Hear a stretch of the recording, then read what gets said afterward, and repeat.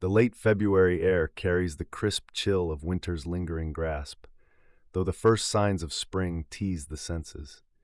Temperatures hover in the mid-40s, a contrast of biting winds and weak sunlight filtering through a thick canopy of clouds. The sky is a washed-out gray, typical of the season, with occasional patches of pale blue peeking through as the day fights to brighten. The ground bears the dampness of recent rains, puddles dotting the sidewalks and asphalt, reflecting the dull sky like broken shards of a mirror. Leafless trees, their skeletal branches reaching upward, line the streets and suburban neighborhoods, swaying gently in the occasional gust. Here and there, stubborn patches of frost cling to shaded corners, remnants of colder nights that refuse to fully yield to the daytime thaw. Prince George's County bustles with its usual weekday energy. Government offices hum with activity, commuters dart through traffic, and local businesses open their doors to a steady flow of patrons. Despite the chill, life moves with purpose. In the neighborhoods, children bundled in puffy coats chase each other on damp lawns, their laughter contrasting the monotony of the overcast day. In the busier parts of the county, the faint aroma of coffee wafts from cafes, mingling with the sharper scent of wet concrete. The roads are busy but not chaotic, with a steady rhythm of vehicles creating a low, constant hum. Pedestrians navigate crosswalks with hurried steps, their breath visible in the cool air. Metro stations buzz with activity, trains screeching into platforms and releasing waves of bundled passengers who disperse into the streets. Prince George's County's character shines through its diversity. Colorful murals adorn buildings in urban areas, telling stories of heritage and resilience. The sprawling suburban landscapes blend seamlessly with the county's rich history, a mix of modern development and traditional roots. The occasional colonial-era house stands as a reminder of the area's deep past, juxtaposed against sleek office complexes and bustling shopping centers. The wildlife, subtle but present, adds to the atmosphere. Birds flit between barren trees, their chirps a soft background melody. A few squirrels dart across park paths, foraging in the damp undergrowth. Despite the mundane appearance of the day, a certain tension lingers in the air. It is the kind of feeling that makes one glance over their shoulder as though expecting something unexpected. In Prince George's County, February 27th feels like a moment suspended between winter's end and spring's promise, a day poised for something significant to unfold. Shadyside and Snug Harbor, nestled along the western shores of the Chesapeake Bay in Anne Arundel County, Maryland, are picturesque waterside communities, though they feel worlds away from the bustling urban centers nearby. Life here revolves around the bay, its ebb and flow, setting the pace for those who call these communities home. Both communities are defined by their proximity to the Chesapeake Bay. Winding roads lined with towering oaks and maples lead to quiet neighborhoods where homes range from quaint cottages to modern waterfront retreats. Many houses have private docks stretching into the bay, boats bobbing gently with the rhythm of the water.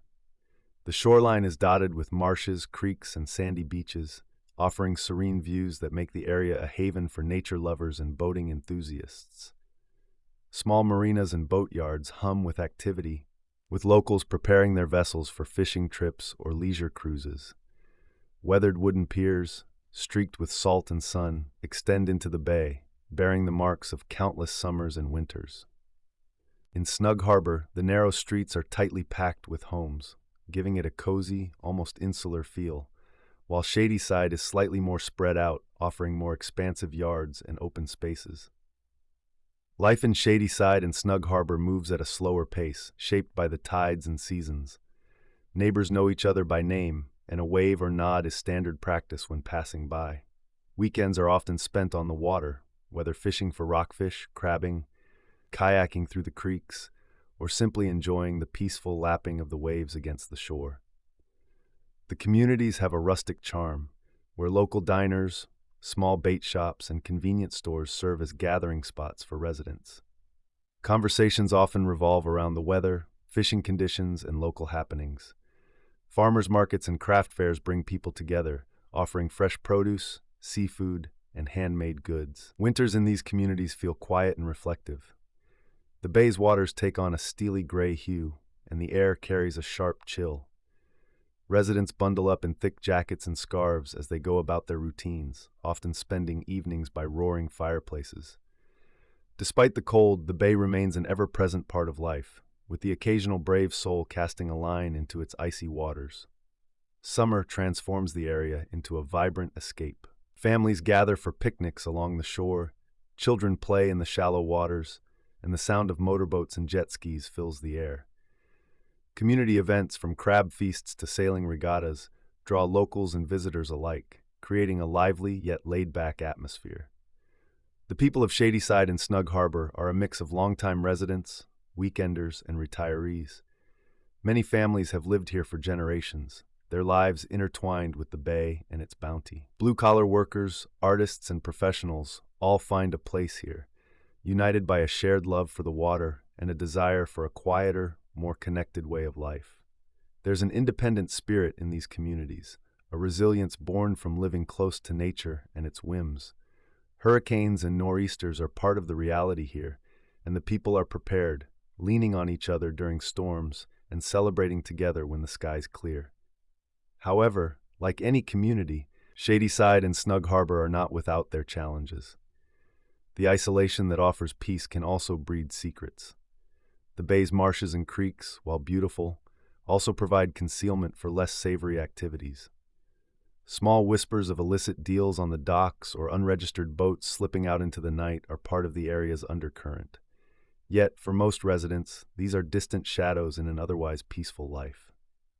Shadyside and Snug Harbor remain places where the rhythm of the bay and the pull of the water define existence, a blend of tranquility, tradition, and the occasional ripple beneath the surface. The drive from Anne Arundel County to Prince George's County, Maryland, unfurls like a journey through Maryland's layered personality, serene and unassuming at first, but steadily shifting toward the energy and pulse of urban life. The route tells its own quiet story, marked by winding roads, subtle changes in the landscape, and the ebb and flow of human activity. The drive begins in the heart of Anne Arundel County, where the influence of the Chesapeake Bay is still palpable. Narrow roads, edged by reeds and marshy expanses, carry the soft scent of brine.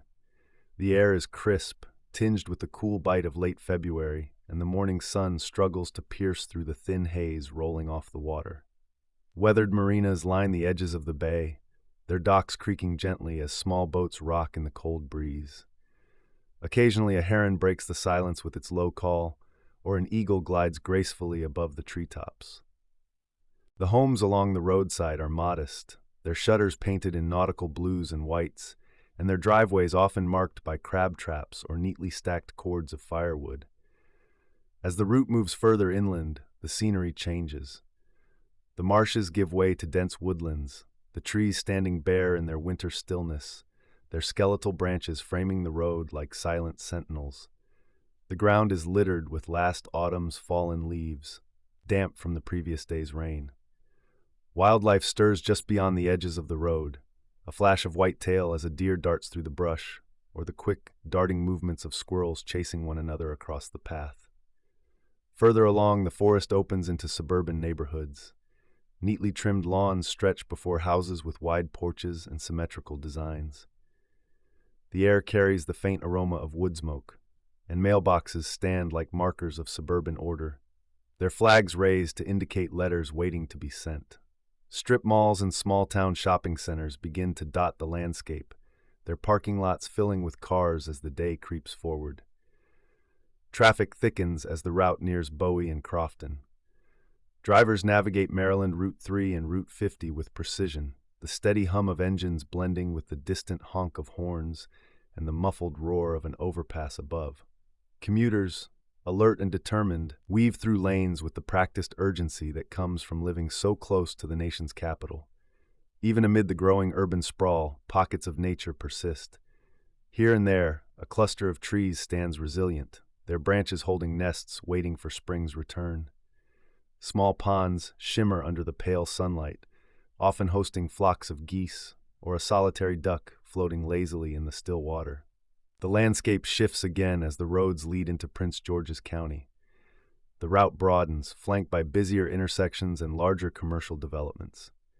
The suburban atmosphere thickens into urban vitality. Strip malls turn into sprawling retail complexes, and the homes grow denser, their styles reflecting decades of architectural trends. Green spaces still peek through the concrete. Parks with winding walking trails or small creeks run parallel to the roads, offering brief glimpses of serenity amid the bustle.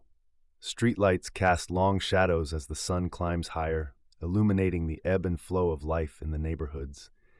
Joggers braving the brisk air, children bundled in coats waiting for school buses, and dog walkers pulling their eager pets along the sidewalks. Despite the urbanization, wildlife hasn't completely retreated. Occasionally, a raccoon or fox makes an appearance near one of the smaller creeks or wooded areas. The drive concludes with the unmistakable sense of entering a county that pulses with diversity and determination. Prince George's County blends the quiet dignity of its residential communities with the high-octane energy of its business districts and government centers. Each passing mile offers a glimpse of a region constantly in motion, rooted in history, but always looking ahead. Officer Michael Cowan adjusts the rearview mirror of his patrol car, the rhythmic hum of the engine, his only companion on his early morning commute. The windshield frames a view he knows by heart, a journey from the quiet, winding roads of Snug Harbor to the ever-bustling streets of Prince George's County. The weathered streets of his coastal hometown seem almost dreamlike in the dawn light, the bay's brackish scent lingering as he passes small fishing boats moored in the marinas. Snug Harbor is quiet at this hour, the houses still dark, their occupants only beginning to stir. He takes one last deep breath of the salty air, a reminder of the simple life he leaves behind each morning before diving headfirst into the chaos of law enforcement in a major metropolitan area. The patrol car rolls onto the main road, its tires crunching against the uneven asphalt as Cowan navigates through a stretch of forest. His route weaves between towering pines and the occasional open field. The sharp trill of a bird breaks the morning stillness, and Cowan instinctively glances toward the trees. A red-tailed hawk perches on a branch, observing his passing with the calm intensity of a predator awaiting its moment. The drive is solitary but not lonely. Cowan finds solace in these moments, the time a buffer between the serenity of his home and the high-stakes environment he is about to enter. Passing a small pond, he catches a glimpse of ducks paddling through the icy water, their movements deliberate and unhurried, a sharp contrast to the pace of his workday. As he crosses into the suburban outskirts of Anne Arundel County, the forest gives way to neatly plotted neighborhoods. The golden light of the rising sun reflects off rows of identical mailboxes, and joggers brave the cold, their breaths visible in the crisp February air. Traffic begins to thicken as he approaches the larger roads, drivers moving with the quiet urgency of a weekday morning. Cowan turns onto Route 50, the patrol car's presence parting the flow of vehicles like a rock in a stream. Some drivers slow instinctively, cautious of the marked cruiser, while others zoom by, unfazed. The hum of the highway replaces the quiet of the backroads, and the sprawling retail centers that dot the landscape begin to appear, signaling the approach of Prince George's County. As Cowan enters the county, the environment shifts. The calm of rural Maryland fades, replaced by the steady buzz of urban life. The sun climbs higher, illuminating the streets lined with businesses, schools, and parks. Children bundled in thick coats wait at bus stops, and commuters fill the sidewalks, coffee cups in hand as they head toward office buildings. Despite the familiar sights, Cowan's attention sharpens. Prince George's County demands vigilance, a mix of sprawling suburbs and urban density that presents its own set of challenges. As he nears the precinct, his patrol car blends into the fabric of a county alive with motion and purpose. For Cowan, the drive is more than a commute. It is a symbolic crossing between two worlds. At home in Snug Harbor, he is a father, a husband, a man who enjoys the simplicity of small-town life. But the moment he enters Prince George's County, he dons the weight of responsibility, stepping into the role of protector, enforcer, and on some days, a mediator in a system that feels increasingly strained. The roads lie desolate at 3 a.m., a rare solitude Officer Michael Cowan hasn't experienced in some time. His patrol car cuts through the darkness, headlights carving out a path along the damp asphalt as he drives his familiar route to work. The air hangs heavy with the scent of marsh and brine, a faint mist clinging to the roadside like a ghostly shroud. Cowan finds these early drives both calming and unsettling, a time to think but also a time when the quiet can turn unpredictable. This morning feels no different. As he nears a bend flanked by tall reeds and glistening pools of stagnant water, something catches his eye. A flicker of light. It is faint, almost imperceptible, but unmistakable. Someone is out there. Cowan slows the patrol car to a crawl, his eyes narrowing as he tries to make sense of the shimmering light in the marsh. Is it a reflection? A distant vehicle? No, it moves deliberately, signaling. He pulls over, the tires crunching on loose gravel as he reaches for his radio. "Dispatch, this is Officer Cowan," he says, his voice low but steady. "I'm off Route 50 near mile marker 128. I've got a possible disturbance in the marsh. Looks like someone's signaling with a light. I'm going to investigate." The static-laden response crackles through. "Copy that, Officer Cowan. Proceed with caution.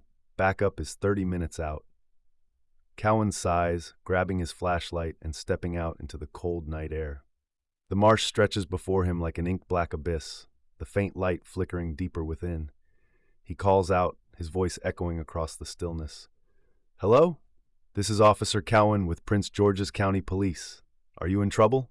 No response, only the faint sound of splashing. His pulse quickens. Someone is struggling out there. Cowan turns on his flashlight, the beam slicing through the murky darkness. He makes out the silhouette of a small boat rocking precariously, its occupant moving erratically. The splashing grows louder, frantic, as if someone is fighting to stay afloat. "I'm coming to help," Cowan shouts, stepping into the marsh. The icy water laps at his ankles, soaking through his boots as he pushes forward. The reeds whisper around him, their sharp edges brushing against his legs. With each step, the water grows deeper. Ankle-high turns to knee-high, then waist-high. Cowan's flashlight illuminates the boat ahead, but the figure within remains shadowed, their movements frantic. "I'm almost there," he calls out, his breath visible in the cold air. Just as Cowan reaches chest-high water, mere feet from the boat, something changes. The splashing stops, the boat's erratic rocking suddenly still. Cowan freezes, the hair on the back of his neck standing on end. The marsh is eerily quiet now, save for the faint ripple of water around him. He scans the area with his flashlight, his grip tightening on the handle. "Hello," he calls again, his voice edged with unease. And then it happens. A force, strong and unyielding, yanks him downward. Cowan's flashlight flies from his hand, its beam slicing through the water before disappearing into the depths. He gasps, the icy marsh swallowing him whole as he struggles to resurface. His legs kick frantically, the pull relentless as it drags him deeper into the blackness. The reeds above sway, the stillness of the marsh returning as if nothing has happened. The marsh remains still, the soft croak of frogs and the distant rustle of reeds the only sounds in the heavy pre-dawn air. The patrol car's headlights cast an eerie glow over the dark water, illuminating the spot where Officer Michael Cowan disappears moments earlier. Then the surface breaks. Cowan's body rises slowly, face up, the pallor of his skin stark against the ink-black water. His uniform clings to him, soaked and heavy, as the faint ripple of his resurfacing sends soft waves lapping against the reeds. His eyes are open, staring blankly at the misty sky above, and his chest remains still, no longer rising with breath. The small boat nearby, now eerily calm, rocks gently as if mocking the life it has just claimed. The faint light that draws Cowan into the marsh is extinguished, leaving only the haunting glow of his patrol car's headlights to illuminate the surreal scene. For a moment, the marsh seems to mourn. The fog thickens, curling over the water like a shroud, cloaking the lifeless body of the officer who once drove this route daily. The stillness returns, heavy and suffocating, as the marsh reclaims its silence. The early morning rush begins to stir as the first rays of the sun break over the horizon. Commuters, groggy and preoccupied with the promise of another long day, pass by the flashing lights of Officer Michael Cowan's patrol car, parked awkwardly on the shoulder of the marsh road. The intermittent strobe of red and blue reflects in their rearview mirrors, but none slow. To them, it is another routine stop, another officer handling business in the stillness of dawn. It isn't until the sunlight fully reveals the marsh that a passing motorist catches sight of something unusual. A dark shape floating just beyond the reeds catches their eye. The shape is too large, too still. It isn't debris. Heart pounding, the motorist pulls over, stepping out cautiously. The bitter chill of February bites through their coat as they approach the patrol car. No officer emerges to greet them. Swallowing hard, they peer into the car. It is empty, the driver's door left ajar, the radio softly crackling with static.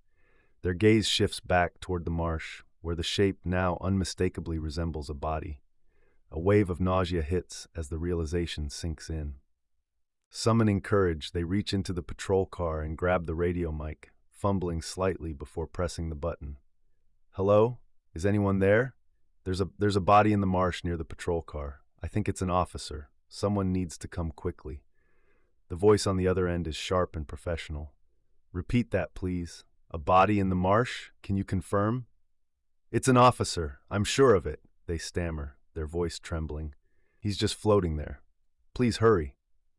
Minutes later, the distant hum of approaching sirens fills the air as investigators arrive on the scene. The backup that Cowan had called for finally arrives. The small marsh road, once quiet, becomes a flurry of activity. Officers cordon off the area, their boots sinking into the mud as they assess the scene. Cowan's lifeless body is pulled from the frigid water, his face pale and frozen in an expression of quiet surrender. One of the investigators reviews the logs, his brow furrowing. "He called it in," the officer mutters to himself, scanning the notes. "Said there was someone in the water. That was only 30 minutes ago." Another officer surveys the area, shaking his head. No sign of anyone else. No boat, no tracks in the mud other than his own. Just him in the marsh. The lead investigator nods grimly. "Looks like he went in to help and got himself caught up in it. Drowned before he could make it back. We'll mark it as an accident." The marsh, silent and indifferent, holds no answers. Whatever draws Cowan into its depths has vanished, leaving only questions and the chilling reality of his demise. The scene is eventually cleared and the patrol car towed away, but the whispers of that morning linger in the air, a haunting reminder of the thin veil between duty and danger. Walter Greene's case, resolved. Walter Greene's case, resolved. Walter Greene's case, resolved. Meanwhile, back in Alabama, the night passes with an eerie stillness, the kind of calm that feels too good to be true. The network's operatives move like clockwork in the shadows, their updates rolling in quietly and efficiently. It's as though the world has taken a collective breath, holding it for whatever is to come. But Dwayne knows better. Calm isn't peace. It's the silence before the storm. The fragile moment when everything seems steady while chaos gathers just out of sight. Dwayne's thoughts mirror the quiet outside. The stillness of the control room is punctuated only by the soft hum of equipment, the occasional faint voices from distant operatives reporting in, and the rhythmic tapping of Max at his keyboard. The absence of immediate threats or crises should feel like a relief, but to Dwayne, it's a warning. The lack of action doesn't mean things have settled. It means the next wave is on its way. As morning arrives, the quiet persists, broken only by the sounds of the day beginning. Dwayne steps into the control room at dawn, his shoulders squared but his expression weary. He moves with a sense of purpose that belies his fatigue, nodding at the early arrivals and exchanging a few curt words before settling at his station. He scans the room. The monitors flicker with feeds from across the network, agents on missions, encrypted communications, and surveillance footage from key locations. The quiet hum of the control center is almost meditative, but to Dwayne, it feels like standing at the edge of a battlefield before the first shot is fired. The serenity is a lie, and he's too experienced to believe it. Opening files and sifting through updates, he lets the silence settle around him. But his mind races. Every report is a thread connected to something larger. Cases unresolved, injustices unpunished, lives hanging in the balance. It's the weight of the work they do, the lives they try to save, and the systems they're working to dismantle. It's all consuming. The surreal stillness presses against him, unnerving in its weight. Dwayne rubs the back of his neck, trying to focus. His gut tells him this is the calm before something big. His instincts are rarely wrong. Then the phone in the control room rings. It's a video call. The sharp, electronic tone cuts through the quiet like a blade, pulling Dwayne out of his thoughts. He straightens, the calm around him fracturing as he reaches for the button to receive the call on the terminal. His pulse quickens, not in fear but in anticipation. Whatever this call is, it will shatter the stillness and set the next wave of events in motion. Max spins his chair around, his expression serious but tinged with excitement. "Dwayne," he calls out, his voice breaking the low hum of the control room. It's the call-in number. It's Terry. Dwayne's head snaps up, his focus sharp as he crosses the room to Max's workstation. The tension in the air is palpable as Max patches the incoming call through. "I've routed it to your cell as requested," Max adds. "Put it on the screen," Dwayne requests. He answers the call in a warm and inviting tone, cautious not to scare Terry away. "This is Dwayne Williams," he says, his tone steady and authoritative. On the other end of the line, Terry Mathis's voice comes through, firm but cautious. "This isn't the usual check-in process. What's going on?" Dwayne doesn't waste time with pleasantries, though alarm floods his face as he sees the man on the screen. "Terry, right?" "Yes, this is Terry," Terry responds, his tone unnerving and frustrated. "Who the hell else is calling into this number with my ID? Who are you again?" "Terry, I need your full attention," Dwayne replies, his voice firm. "I've reviewed your updates, and I know you've been keeping tabs on Officer Derek Lawson. We need to abort the mission." A pause hangs in the air before Terry responds, his voice tinged with suspicion. "What's this about, Dwayne? Everything I've done has been by the book. If there's an issue, it's not coming from me." "I'm not here to accuse you of anything," Dwayne assures, his voice calm but firm. "I'm here because your mission just got a lot more complicated. Lawson is a high-risk target, and things are moving faster than we anticipated. I need to know exactly where you are and what your next steps are." Terry hesitates, then responds. "I'm in Tallahassee, shadowing Lawson as usual. He's at home right now, and I've been maintaining distance, keeping my cover intact. But what's changed? Why the sudden urgency? Why'd you break protocol?" Dwayne leans against the table, his mind racing. "Because we're now dealing with increased scrutiny and potential interference. Your presence there has drawn attention, and I need to ensure you don't act without authorization." "You think I'm going to jeopardize the mission?" Terry asks, his voice rising. "I've followed every protocol to the letter." "I believe you," Dwayne replies evenly, "but this isn't about belief. It's about precision. Terry, I need you to stand down for now and wait for further instructions. Do not make a move on Lawson until I say so. Understood?" There's a long silence before Terry finally answers. "Understood." "Good," Dwayne replies. "We're monitoring everything from here. If anything changes, I'll be the first to let you know." Terry pauses. Dwayne exhales deeply. He turns back to Max. "Keep all eyes on Lawson and Terry. If there's even a hint of movement, I want to know about it immediately." Max nods, already pulling up additional surveillance feeds. The control room fills with activity, but Dwayne remains still, his mind already several steps ahead, preparing for whatever comes next. Suddenly, Terry's voice echoes back through the comms. "Dwayne, I can't just stand down. Lawson killed Terry McBain like his life didn't matter, like none of our lives matter. This isn't just about one case, it's about all of us. Trans lives, LGBTQ lives, black lives, we're erased over and over again. This is justice, and you're telling me to wait." Dwayne's jaw tightens as he leans back against the console. "I understand how you feel, Terry." "Oh, do you?" Terry interrupts, his voice trembling with anger. "Are you a trans man or woman? Are you part of the LGBTQ community? Do you know what it's like to be stared at like you're a freak? To have your humanity stripped away because of who you are? Do you know what it's like to live every day in fear of being the next hashtag?" Dwayne takes a deep breath. "No," he admits quietly. "I don't know what that's like." "Then how can you possibly understand?" Terry snaps, his voice cracking with emotion. "How can you tell me to stand down when this is my fight, when it's our fight and not yours?" Dwayne straightens, his gaze steady. "Because I know what it's like to want revenge. I know the weight of injustice, how it clouds everything else. But we can't win if we lose ourselves in the process. Trust me, Terry, this isn't the way." Terry's bitter laugh cuts through the silence.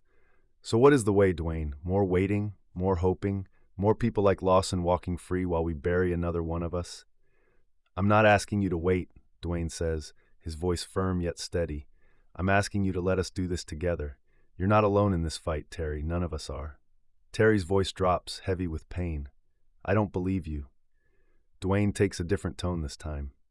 I'll be honest. I don't know your cause. I can't even attempt to walk in your shoes. To be transparent, I didn't even know whether you were a man or a woman. I don't even fully understand what being trans means. Before this call, we were calling you she and her. But clearly, you're a man in my eyes, and I don't even know what to call you other than Terry. See? That's what I'm talking about, Terry snaps, his tone sharp and aggravated. But let me finish, Dwayne interrupts, cutting through Terry's outburst. I don't know. I'll admit that. And that's the problem in itself. A wise man once told me, some people don't know that they don't know. And as long as they don't know, you can't be mad at them or judge them for their ignorance. But I will stand by you. I will help you get your voice out there to the world and make sure others like yourself are seen as equals. You really mean that? Terry asks, his voice softening, though still tinged with doubt. Yes, Dwayne replies without hesitation. We can't fix the world overnight, but we can start, and I need your full cooperation to help me do that. A pause stretches between them before Terry exhales shakily. All right, he says quietly. I'll stand down, but you'd better keep your word, Dwayne. I'm trusting you. I won't let you down, Dwayne responds, his voice steady and full of conviction. As the call ends, he leans back in his chair, releasing the breath he's been holding since the call began. He knows the road ahead will be long, but Terry's trust is a step in the right direction. Dwayne stares at the darkened screen, Terry's raw emotion still echoing in his mind. His words land like a gut punch, piercing the carefully constructed armor Dwayne has built around himself. Terry is right. If Dwayne can't fight for all forms of injustice, who will? He took on this role to dismantle a broken system, to fight for those ignored, forgotten, or silenced. But Terry's pain is a stark reminder that justice isn't just a concept, it's deeply personal. He rubs his temples, exhaustion creeping in, but he doesn't allow himself the luxury of rest. This isn't just about Terry or Lawson. It's about showing people like Terry, those who feel invisible, who carry scars no one cares to acknowledge, that their lives matter. It's about creating a world where justice isn't a privilege but a right. Dwayne lets out a heavy breath, his resolve hardening. Terry's words call him out, and they're right to do so. If he isn't willing to step up and fight for every form of injustice, then he isn't truly leading. He turns to Max and the others in the control room, his voice steady but brimming with determination. Terry's right. If we can't fight for those who are pushed to the margins, then what are we even doing here? This isn't just about taking down a corrupt system, it's about building something better. Max nods silently, respect evident in his expression. Jesse and Aaron, though worn down, straighten their postures, their eyes meeting Dwayne's with renewed conviction. This isn't just another mission. This is the beginning of something bigger. Dwayne knows it won't be easy, but as he looks around the room and sees the unwavering belief in their faces, he realizes he doesn't have to carry the burden alone. That was an uncomfortable wake-up call, he mutters to himself. It's time to make good on everything we've promised. It's time to show the world what justice really looks like. The control room hums with a low, steady rhythm, monitors casting a pale glow over the dimly lit space. Dwayne leans back in his chair, his fingers steepled in front of his face as he replays his conversation with Terry. The words hit him hard, not just because of their intensity, but because they carry a truth he can't ignore. He has promised change, and he can't afford to falter now. Marcus enters the room, breaking Dwayne's train of thought. Aaron smirks. Still brooding over Terry? He teases as he plops into a nearby chair. Jesse crosses his arms, leaning against the wall. He gave you a piece of his mind, didn't he? Dwayne exhales sharply, dropping his hands to the table. He's right, he admits. If I'm going to fight for justice, I can't just pick and choose whose justice to fight for. That conversation, it wasn't just about him. It was about everyone who feels invisible, like their struggle doesn't count. Aaron nods, his expression softening. Yeah, but you can't carry all of that weight yourself, D. You've already got the entire network leaning on you. Jesse chimes in, and let's not forget the FBI breathing down our necks. Pretty soon, it'll be the CIA, NSA, Homeland Security. You've got enough fires to put out. Before Dwayne can respond, Deuce's synthetic voice cuts through the air, urgent and direct. Attention. Update on Walter Greene case. New developments logged. Dwayne straightens, his focus snapping to the main screen as the room grows quiet. Deuce, what's the update? The monitors flicker, displaying surveillance footage, timestamps, and text overlays. At approximately 6:15 a.m. local time, Officer Michael Cowan of the Prince George's County Police Department was found deceased in a marshland near Shady Side Road. Preliminary reports indicate accidental drowning. However, there are inconsistencies in the responding officer's reports. Aaron frowns. Cowan? Wasn't he one of the officers connected to Walter Greene's case? Deuce confirms. Correct. Officer Michael Cowan was involved in the initial arrest of Walter Greene. Jesse swears under his breath, glaring at Aaron. It wasn't me. I had nothing to do with this. Don't look at me, Aaron retorts. I thought it was you. Dwayne knows they're both telling the truth. He fixes his gaze on the screen, his expression somber as the room falls silent. It wasn't me, he thinks to himself. If not them, then who? Is there a new player on the board, or is this the agent fulfilling their duties as planned? He leans back, rubbing a hand over his face. This case is the final one for the month. They've run the gauntlet, faced nearly insurmountable odds, and survived. But now, the stakes have shifted. It's no longer just about reacting. It's about taking control, steering the narrative, and ensuring the network doesn't collapse under its own weight. Aaron breaks the silence, his tone pragmatic. So what now? The board's been cleared. We've cleaned up more messes than I care to count, and we're still standing. It's time to move on to the next phase. Jesse nods, his arms crossed as he leans against the wall. He's right. We've spent this whole month putting out fires. Some of them mine, sure. But we need to be proactive. Start pushing our agenda instead of just reacting. Dwayne exhales slowly, his mind already shifting gears. We need to better use the network's resources. We've got operatives, tech, money, influence. It's time to focus on how we can actually push change, not just stop things from spiraling out of control.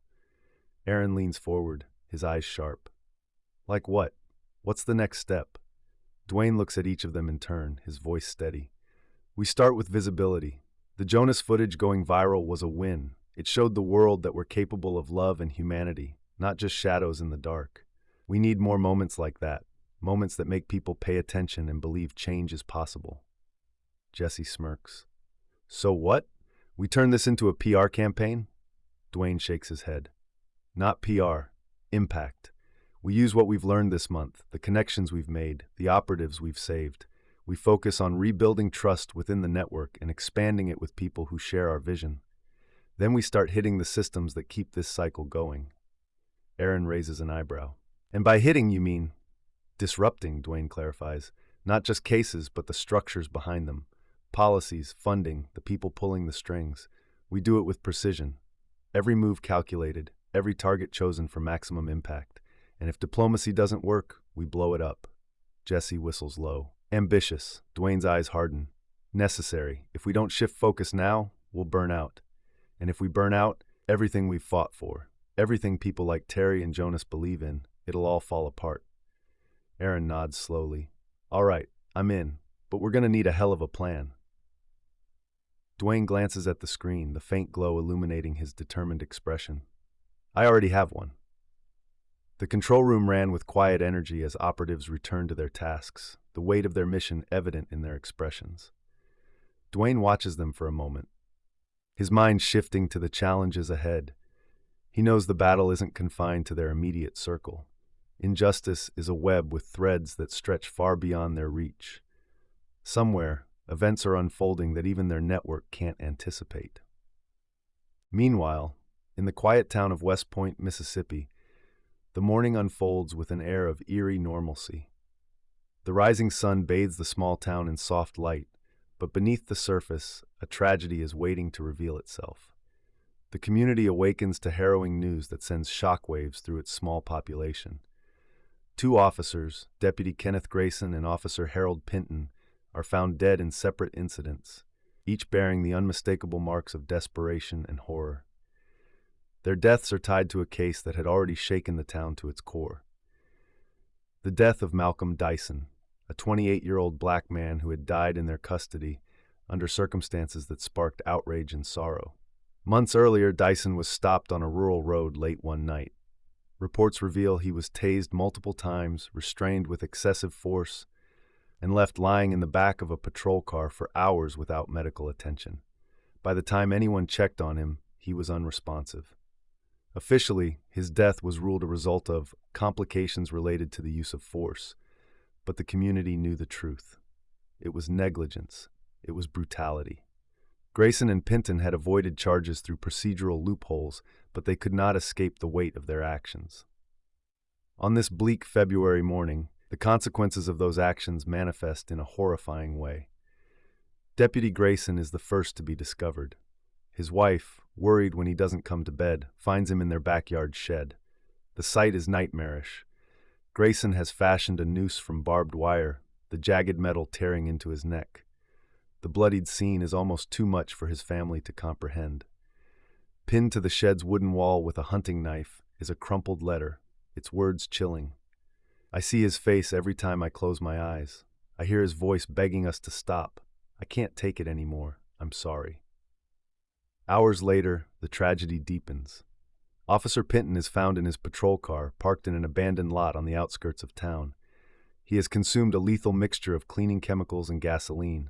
His contorted body lies in the driver's seat, foam spilling from his mouth, the stench unbearable. A note taped to the steering wheel, written in shaky handwriting, reads, "We failed him. We failed Malcolm Dyson. I failed as a man and a cop. There's no redemption for what we did." The gruesome suicides send ripples through the West Point Police Department and the broader community. Investigators quickly label the incidents as acts of extreme guilt, though conspiracy theories begin to circulate. The notes left behind, however, paint a clear picture of remorse. For the Dyson family, the deaths bring a complicated mix of emotions. Months spent fighting for justice, attending hearings, and leading protests have taken their toll. To some, the officers' suicides feel like an acknowledgement of guilt. To others, they are grim reminders that true accountability was never achieved in a court of law. Healing remains a distant hope. The notes left behind, while haunting, offer little solace, only a testament to the profound consequences of moral failure and the weight of a life unjustly taken. The town of West Point struggles to grapple with the aftermath. The police department reels, its ranks shaken by the loss of two officers in a single day. Public opinion fractures. Some mourn Grayson and Pinton as tragic figures consumed by guilt, while others see their deaths as fitting consequences for their roles in Dyson's death.